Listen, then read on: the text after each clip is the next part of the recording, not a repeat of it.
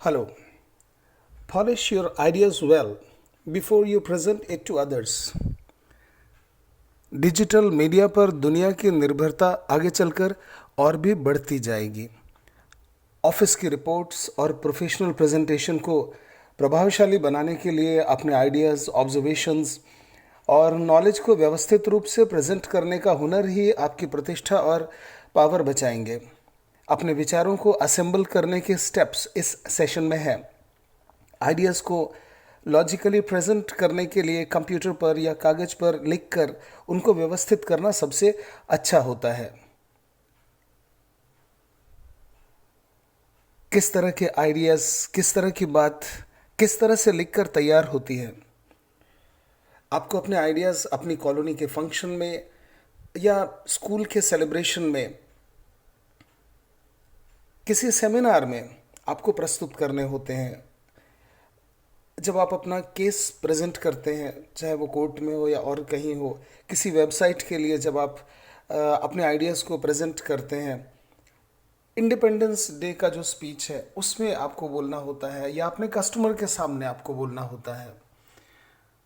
अपने आइडियाज़ को दूसरों के सामने प्रस्तुत करने से पहले उनको व्यवस्थित कर लीजिए।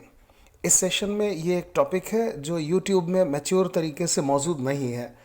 मैंने अपने लंबे कैरियर में जो समझा वो सब आपके सामने है। संवाद की कला निखारी जा सकती है। ये कला आपको प्रेस्टीज, अपॉर्चुनिटी, पैसा और पावर दिलाती है। I am excited about the whole new world. अपने आइडियाज़ को प्रेजेंट करने का जो हुनर है, इसको निखारा जा सकता है।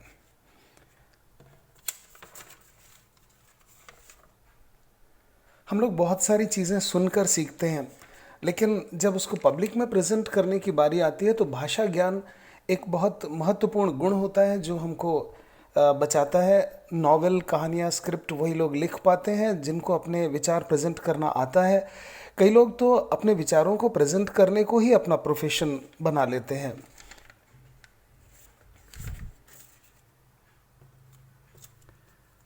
अपने विचारों को प्रस्तुत करने के पहले, चाहे वो लिखकर प्रस्तुत करना हो या बोलकर, हम ऐसे 7 स्टेप्स की बात करेंगे जिनकी सहायता से हम अपने विचारों को प्रेजेंट करते हैं। कौन कौन से स्टेप्स हैं उनकी बात करते हैं।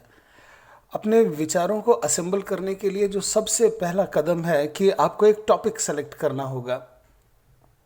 कभी आपके टीचर या कभी आपके बॉस या आप स्वयं ही या कोई परिस्थिति आपको किसी टॉपिक को सेलेक्ट करने के लिए विवश करती है। एक आइडिया, एक थीम, किसी भी असेंबलिंग द थॉट्स का पहला स्टेप होता है। जब आपको टॉपिक फाइनल हो जाए तो आपके दिमाग में हज़ारों विचारों की भीड़ लग जाती है। टीवी में देखिए, यूट्यूब में देखिए, आपको बहुत सारे आइडियाज़ मिलते जाएंगे। उन सभी विचारों में से जो जो विचार आपको अच्छे लगे, आप उनको लैपटॉप में, कंप्यूटर में या पेपर में लिखते जाएं। जब आपके पास बहुत सारे टेक्स्ट, बहुत सारा विचार आपके पास तैयार हो जाए तो उनको व्यवस्थित कर लीजिए। आप उनको किस तरह से प्रस्तुत करने वाले हैं ये प्लान आप कर लीजिए। किसी विषय के संबंध में आपको क्या क्या प्रस्तुत करना है, जैसे कि एक मेन थीम है, उस थीम को आप प्रस्तुत करना चाहते हैं, उसके चारों तरफ कौन कौन से एग्जाम्पल्स जोड़ेंगे, कौन कौन सी कहानियाँ, कौन सा स्टैटिस्टिक्स जोड़ेंगे, ये सब कुछ आपके पास व्यवस्थित हो जाए। प्रेजेंट करने के लिए कई बार आपको कंपैरिजन करना होता है या कॉन्ट्रास्ट दिखाना होता है। एक चीज़ की तुलना दूसरी चीज़ से करना होता है। एक कंपनी की एक प्रोडक्ट की तुलना दूसरी कंपनी या दूसरे प्रोडक्ट से करनी होती है। एक विचारधारा की तुलना दूसरी विचारधारा से करनी होती है।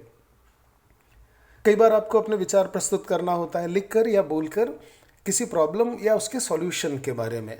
तो आप पहले प्रॉब्लम के बारे में विस्तार से बताएंगे, फिर सॉल्यूशन के बारे में विस्तार से बताएंगे। कभी ऐसे भी अपने को विचार करना होता है, जब आप शो कर रहे हैं कोई प्लान नेटवर्क मार्केटिंग का, या आप इंश्योरेंस खरीदने की बात कर रहे हैं, तो आप कॉज एंड इफेक्ट वाले तरीके से आप अपनी बात को प्रस्तुत करेंगे। एक कारण बताएंगे और उससे पड़ने वाले प्रभावों की बात करेंगे। तो जो भी विचार आपको आते जा रहे हैं, जो भी आइडियाज़ आपको आते जा रहे हैं, उनको लैपटॉप में, पेपर में या मोबाइल में उनको असेंबल करते जाएं। जब आपके पास विचार लिख के तैयार हो जाए तो आप उनको एक बार रिवाइज कर लीजिए। लिखना हो जाए तो एक ब्रेक लीजिए, थोड़े गैप के बाद अपना लिखा हुआ दोबारा पढ़िए। दोबारा पढ़ने, कुछ देर के बाद पढ़ने से कुछ गलतियां नज़र आती हैं, कुछ नए पॉइंट सूझने लग जाते हैं। कई बार तो कुछ पुराने तैयार किए हुए पॉइंट्स को हटाना ठीक लगता है। अपने लिखे हुए को इम्प्रूव करिए। जब ये हो जाए उसके बाद आपने जो कुछ भी लिखा है आप उसको एडिट करिए, प्रूफ रीडिंग करिए। यदि आपने उसको लिखा है तो उसमें स्पेलिंग, ग्रामर, पंक्चुएशन की गलतियां दूर करिए। इस काम को आप किसी प्रोफेशनल से भी करवा सकते हैं। जब ये हो जाए इसका मतलब आपके पास आइडियाज़ रेडी हैं। अब आप उनको उसके फाइनल इस्तेमाल के लिए भेजिए। अपलोड करना है, प्रिंटिंग करने भेजना है, ऑफिस में सबमिट करना है, आपको उसका जो भी इस्तेमाल करना है, आप अगले स्टेप की तरफ बढ़ जाइए। अपने विचारों को असेंबल करने के लिए 4 तरह की विधियां हो सकती हैं। हम इन चारों विधियों की बारी बारी से बात करेंगे। किस विधि से कब विचार प्रस्तुत करने हैं वो हम उस टॉपिक पर, उस परिस्थिति पर छोड़ते हैं। लेकिन expository, persuasive, argumentative, descriptive, narrative, अलग अलग परिस्थितियों में हम अलग अलग एक्सप्रेशन स्टाइल को चूज़ करते हैं। जैसे एक्सपोजिटरी एक है मेरे पास जो तरीका, कभी आपको कोई नया विचार बताना है, कोई नई बात बताना है, कुछ सिखाने के मकसद से जो आपकी बात पढ़ रहा है या सुन रहा है वो नई जानकारी का सामना करता है। टेक्स्ट बुक है, रिसर्च पेपर है, आपको न्यूज़ स्टोरीज पेश करना है, या फिर इंस्ट्रक्शन मैनुअल है, रेसिपी है, निबंध लिखना है या रिपोर्ट्स लिखना है, कोई नई बात बताना है। एक उदाहरण है, the Taj Mahal is an impressive मौजोलियम built in white marble by the Mughal Emperor Shah Jahan in memory of his wife Mumtaz Mahal. The construction started in 1631 and took 20 years to complete. It is a stunningly beautiful piece of Indo-Persian and Islamic architecture and has been declared a World Heritage Site by UNESCO. अब ये जो text है ताजमहल के बारे में है, तो इसमें ये चीज़ें इंक्लूड हुई है कि वो किस वस्तु से बना है, वाइट मार्बल से बना है, किसने बनाया, कब बनाया, किसकी याद में बनाया, कब उसका कंस्ट्रक्शन संपन्न हुआ। अपने विचारों को प्रस्तुत करने का ये एक एक्सपोजिटरी तरीका होता है। जब आप किसी को नया आइडिया दे रहे हैं, कोई नई जानकारी दे रहे हैं, इंडो पर्शियन और इस्लामिक आर्किटेक्चर की एक मिसाल है ये। अपने विचारों को कई बार परसुएसिव या आर्ग्यूमेंटेटिव तरीके से आपको प्रस्तुत करना होता है। कुछ एडवर्टिजमेंट्स हैं, बुक हैं, या प्लान शो कर रहे हैं, फिल्म के रिव्यूज़ हैं, कंप्लेंट्स हैं, स्पीचेस और एडिटोरियल्स। ये आपके श्रोता को, आपके ऑडियंस को अपने पक्ष में करने के लिए तैयार किए जाते हैं, यकीन दिलाने के लिए, कन्विंस करने के लिए, प्रभावित करने के उद्देश्य से। जो प्रेजेंटर होता है वो तर्क देकर, फैक्ट, फिगर, स्टैटिस्टिक्स के दम पर अपनी बात मनवाने की कोशिश करता है। इस तरह का जो प्रेजेंटेशन है उसका एक उदाहरण देखते हैं। The mobile phone has become an extension of our personality. It functions not only as a means of communication but also our watch, calendar, calculator, reminder, diary, music provider, album, and the list goes on. Most of us feel lost and cut off from the world without it. However, this useful device has become a threat to our lives. इस presentation में mobile phone के बारे में दिया है कि ये किस तरह से हमारे जीवन का अभिन्न अंग बनता जा रहा है, वो कितने तरह से काम करता है। पूरी लिस्ट यहाँ पर दी हुई है, watch, calendar, calculator, diary, reminder, music provider, और साथ में एक लास्ट में लाइन जोड़ दी गई है जिसमें ये कहा गया है कि हमारे जीवन के लिए किस तरह से खतरा बन गया। तो अपने विचारों को प्रस्तुत करने का ये एक तरीका हो सकता है। कई बार अपने विचारों को हम डिस्क्रिप्टिव तरीके से, जिसमें हम अपनी कल्पना शक्ति का इस्तेमाल करते हैं, पोएट्री है, डायरी है, यात्रा का विवरण है, कहानियाँ हैं, आप अपने स्कूल या कॉलेज की मैगजीन के लिए लिख रहे हैं, या फिर आप किसी मंच पर प्रस्तुत कर रहे हैं, तो उसमें आप किसी चीज़ के वर्णन के साथ अपनी राय जोड़ देते हैं। कोई और यदि उस वस्तु या व्यक्ति या स्थान के बारे में लिखेगा तो अलग तरह से लिखेगा। इस तरह का जो प्रेजेंटेशन है वो डिस्क्रिप्टिव प्रेजेंटेशन कहलाता है। ये एक उदाहरण है। My maternal grandparents home in rural Punjab was the perfect holiday destination for the children in the family. A large family home. It was built on almost an acre of land, its location amidst green swaying fields, the roads leading to it flanked by numerous mulberry and mango trees, the water flowing in the small gullies amidst the fields, and, of course, most importantly, the canal flowing just 200 meters behind the house was the source of much pleasure for the kids. यहाँ पर अपनी बात को कहने वाले ने पूरे details में अपनी पोजीशन यहाँ पर स्पष्ट की है। पंजाब के ग्रामीण पंजाब में अपने नाना के घर का डिस्क्रिप्शन दिया है, साथ ही साथ उसने अपनी भावनाओं को भी उन वस्तुओं के विवरण के साथ में जोड़ा है।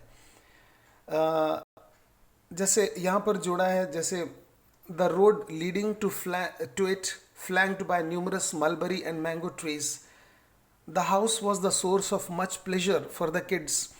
तो यहाँ पर अपनी भावनाएं जोड़ते हुए फुल डिटेल जब दिया जाता है, सुनने वाले को या पढ़ने वाले को कंफ्यूज किए बिना किस्सा तैयार करना होता है ताकि उसको सुनने में दिलचस्पी आए।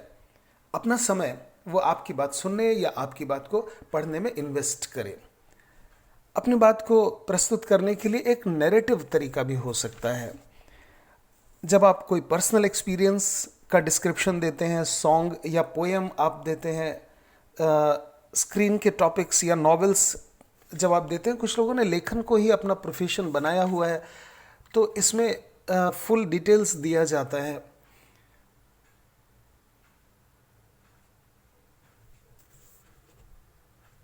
हम लोगों ने कई ऐसी चीज़ों को इसमें इंक्लूड किया है जो कि श्रोताओं की या पढ़ने वालों की कल्पना शक्ति को उकसाता है। जो अपनी बात को कहने का नैरेटिव तरीका है, उसमें ऐसी भावनाएं जोड़ी जाती हैं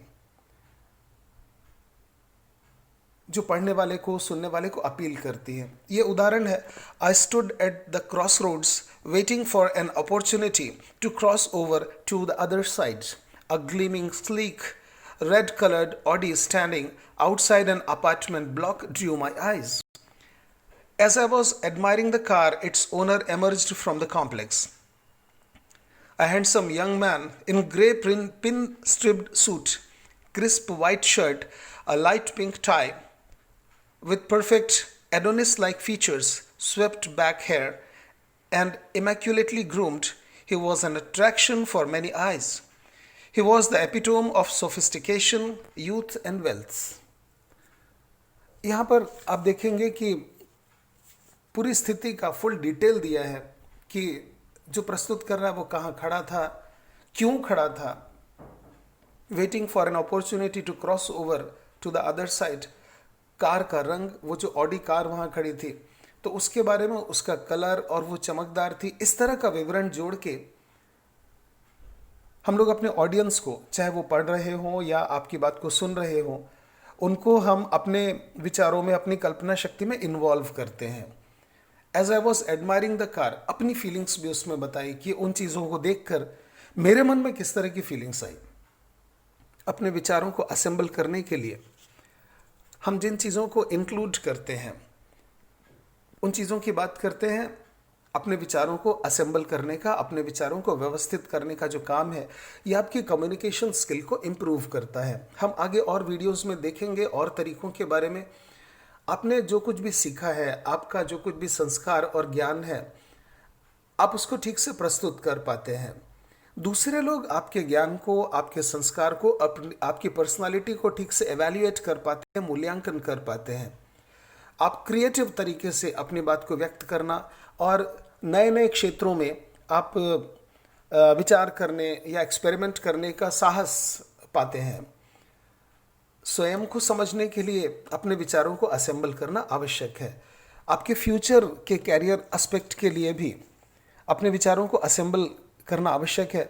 कई कंपनियां और सरकारी विभागों के अधिकारी लगातार ये शिकायत करते हैं कि नई पीढ़ी के लोगों की कम्युनिकेशन स्किल अच्छी नहीं है। कई नौकरियों के लिए अच्छी कम्युनिकेशन स्किल बहुत आवश्यक है। कैरियर ग्रोथ में कम्युनिकेशन स्किल बहुत हेल्प करती है।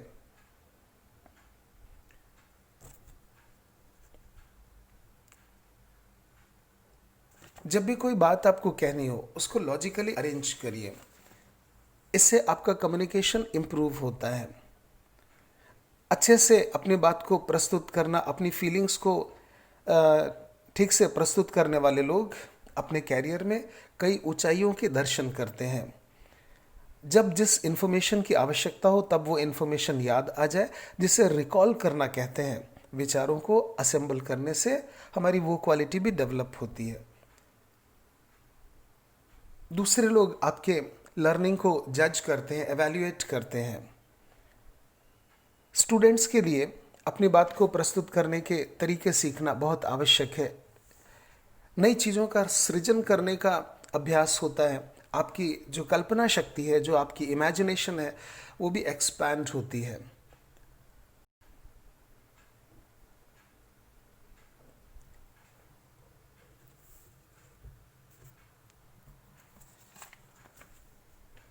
पब्लिक स्पीकिंग के लिए, परीक्षाओं के लिए, अपने प्रोफेशन के लिए टेक्स्ट तैयार करते समय उन बातों का ध्यान रखें जो मैंने इस वीडियो में शामिल की है। कुछ लोगों में स्वभावतः ये गुण होता है। आइए हम कुछ उन गुणों की बात करते हैं जो आपकी इन क्वालिटी को निखारेगा। आज का विश्व क्लियर कम्युनिकेशन पर डिपेंड कर रहा है। विशेष रूप से बिजनेस कम्युनिकेशन में इस क्वालिटी की बहुत डिमांड है। जब आप बिजनेस के लिए, जब आप प्रोफेशनली इसको यूज़ करते हैं, आपका जो प्रेजेंटेशन है उसका उद्देश्य आपको स्पष्ट होना चाहिए और जल्दी से आपके ऑडियंस को, जो आपकी बात को सुन रहा है या पढ़ रहा है, उसको स्पष्ट हो जाए। क्योंकि इस तेज़ रफ्तार दुनिया में लोगों के पास समय का अभाव है। लोग समय की पाबंदी रखना चाहते हैं। इसीलिए बिजनेस कम्युनिकेशन में स्पष्ट और कम शब्दों में अपने पॉइंट्स को रख दिया जाए। आपको जो कुछ भी प्रस्तुत करना है उसे ऐसा तो होना ही चाहिए कि कोई सुनने के लिए समय लगाए। उसमें क्लैरिटी और कंसाइसनेस होना चाहिए। जब आप बिजनेस से रिलेटेड कुछ प्रस्तुत करते हैं बोल के या लिख के, तो कवियों वाली शब्दावली का प्रयोग ना करें। बिजनेस के प्रेजेंटेशन का एक मकसद होता है कि ज़रूरी सूचनाओं को इफेक्टिव तरीके से कम्युनिकेट करना। बस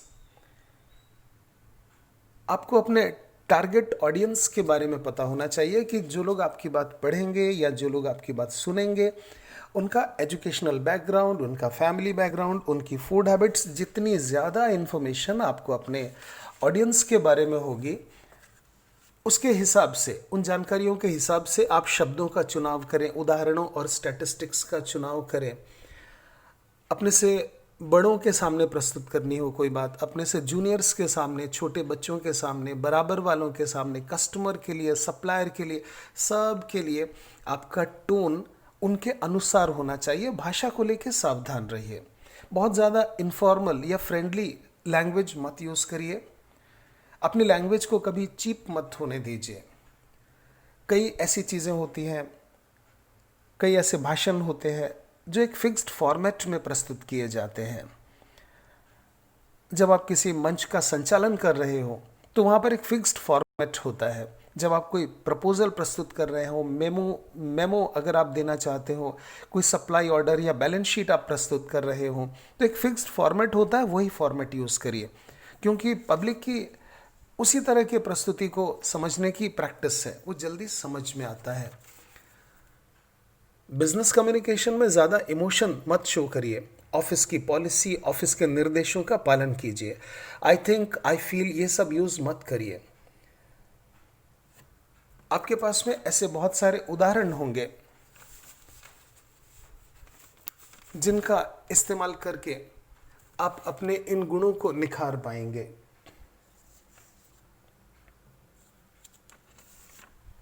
कोई बड़ा टेक्स्ट अपने शब्दों में छोटा करके तैयार करिए। हमारे पास एक उदाहरण है आपके अभ्यास के लिए। आप इसको प्रेजेंटेशन एक तैयार करके स्वयं को टेस्ट कर सकते हैं। You are the sales officer in Falcon Steel Industry. You had a meeting आप वीडियो को पॉज करके भी इसको देख सकते हैं। आप अपने प्रेजेंटेशन में शॉर्ट स्टोरीज, कोटेशंस, इन सारी चीज़ों को इंक्लूड करें। डिवीजन ऑफ पैराग्राफ कि आप किस तरह से पैराग्राफ में बांटेंगे। अपने आर्टिकल की शुरुआत कैसे आप करेंगे, उसकी जो शुरुआत है इंटरेस्टिंग हो, किस तरह के शब्दों का प्रयोग करेंगे। जो आपको यहाँ पर एग्जाम्पल दिए हैं उन एग्जाम्पल्स को आप और भी तैयार करिए। मैं आपको और भी एग्जाम्पल्स, अभी यहाँ पर 2 और एग्जाम्पल मैं आपको दूंगा आपके प्रेजेंटेशन के लिए, आपको अभ्यास करने के लिए। यहाँ पर 2 एग्जाम्पल हैं। मान लीजिए यू आर द, मैं आपसे कह रहा था कि you are a sales officer in Falcon Industry. तो आपकी एक बहुत बड़े कस्टमर डीडी फैब्रिकेटर हैदराबाद से आपकी मीटिंग हुई। तो आपको उस मीटिंग का वर्णन देना है, आपकी किस जगह पर मीटिंग हुई, कितने बजे मीटिंग हुई, मीटिंग का उद्देश्य क्या था, किससे मिले। दूसरा उदाहरण है, you have visited Google office in Delhi and were impressed by the building and infrastructure. Describe the office in your own words स्टेटिंग your perceptions and feelings. Office की लोकेशन, बिल्डिंग कितनी बड़ी है, कितने फ्लोर हैं और उसका इंटीरियर डेकोरेशन कैसा है। ये आपके अभ्यास के लिए अपने विचारों को असेंबल करिए। किस तरह की फर्निशिंग थी, वेंटिलेशन और लाइटिंग कैसी थी। जो एक और उदाहरण है जिसको आपके अभ्यास के लिए मैंने दिया है, आपको you have to narrate a short anecdote from your life. अपने श्रोताओं को ज्ञान देने के लिए अपने जीवन से कोई एक घटना बताइए, सचमुच की घटना या काल्पनिक घटना बताइए, 125 या 150 शब्दों में। कुछ उसमें स्टोरी टेलिंग की चीज़ें उसमें जोड़िए, उसमें कुछ कैरेक्टर होने चाहिए, कुछ थीम होनी चाहिए, कुछ इमोशनल अपील होना चाहिए। सुनने वाले का ध्यान अपनी ओर बांधे रखने के एलिमेंट्स आपको उसमें ऐड करना होता है। इस प्रेजेंटेशन, ये जो अभी आपने ये जो प्रेजेंटेशन देखा, हम आगे चल के इस तरह के और भी प्रेजेंटेशन अपने इस चैनल में इंक्लूड करने वाले हैं।